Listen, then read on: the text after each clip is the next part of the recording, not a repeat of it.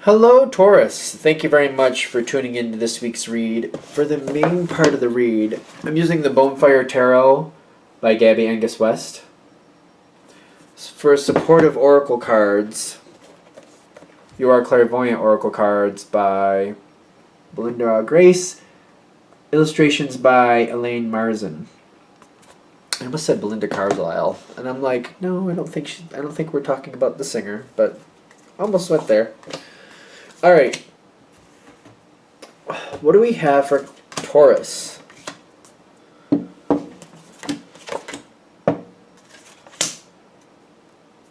Okay, we got a really good ending, but how are we getting there?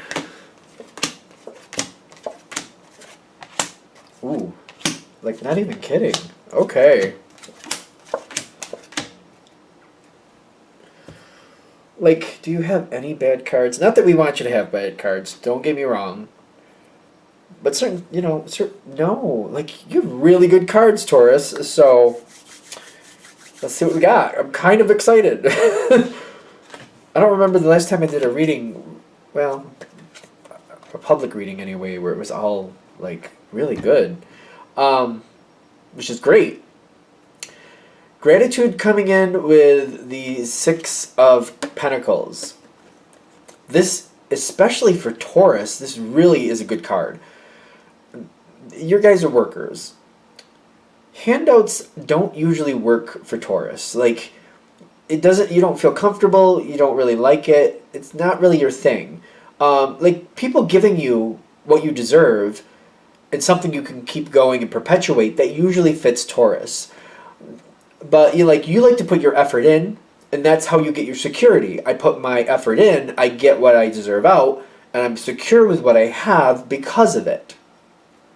And that's why you enjoy what you have. That's when you truly enjoy something, you helped create it. That's what I'm feeling. So this situation anyway is talking about something you've put in a lot of effort, and you're very happy to be that part of it because you do feel like you're getting out what you're putting in. It does feel like it balances.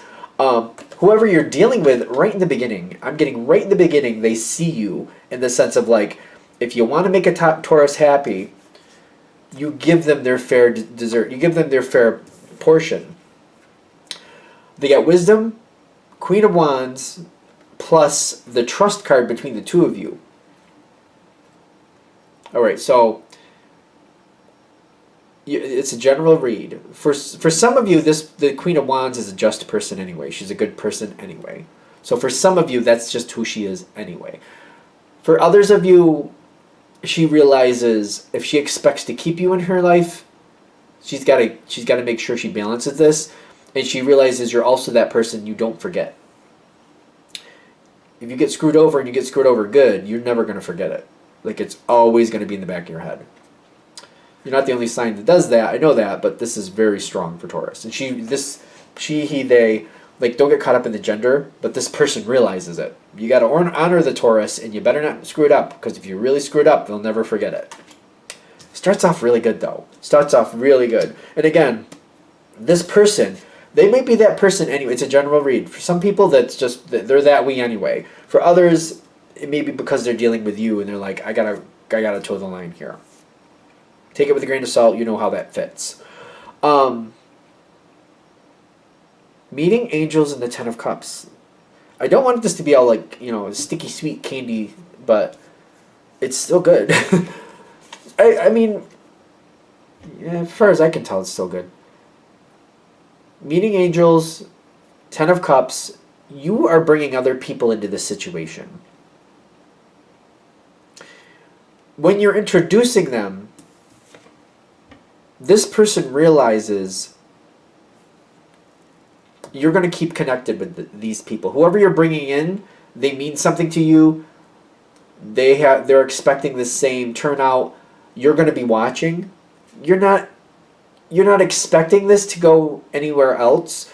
But if this person is just like, this is how they're just treating you, when you bring somebody in, they realize they have to treat the people you bring in the same way, or else you're going to figure it out, and that's going to cause a problem too.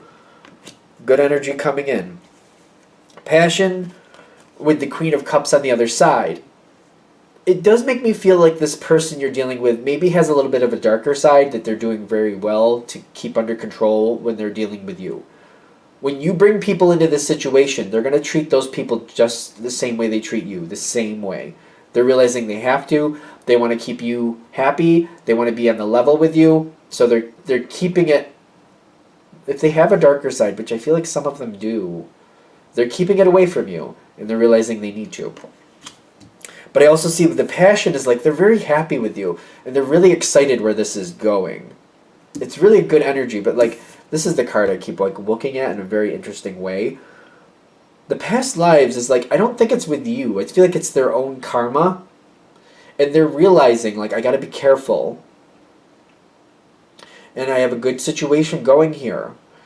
I feel like they might be learning a positive karma lesson, and the reason I would say it that way is because karma is not just like you do something bad, you get something bad.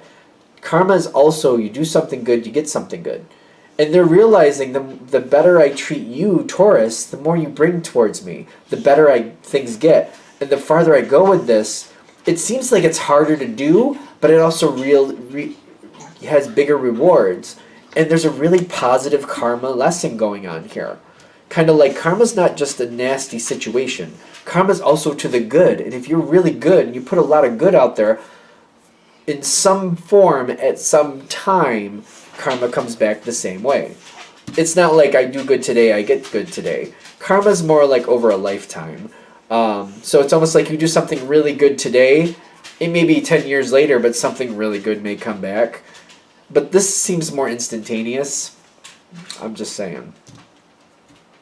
Karma has its own. Karma does what it wants. I'm not in control of karma. In case, like, I'm not trying to make it seem like I am. Like, I don't control karma. I don't think anybody does. Karma does what karma needs to do. Good energy still. See, whenever there's a little bit of darkness here, just like a little bit of darker energy, I'm feeling it in the environment, but I feel somebody learning. Like, you're really showing, like, your honest effort, what you put into the situation, the way you're being honored, the way you give more to the situation because you're getting more. You give, you get, you give, you get. It should balance. You put in, you get out. You put in, you get out. Really good energy. I really like this. The Fool card with the High Priestess is like, I'm feeling like this person has had a life where people have taken from them and taken from them and taken from them.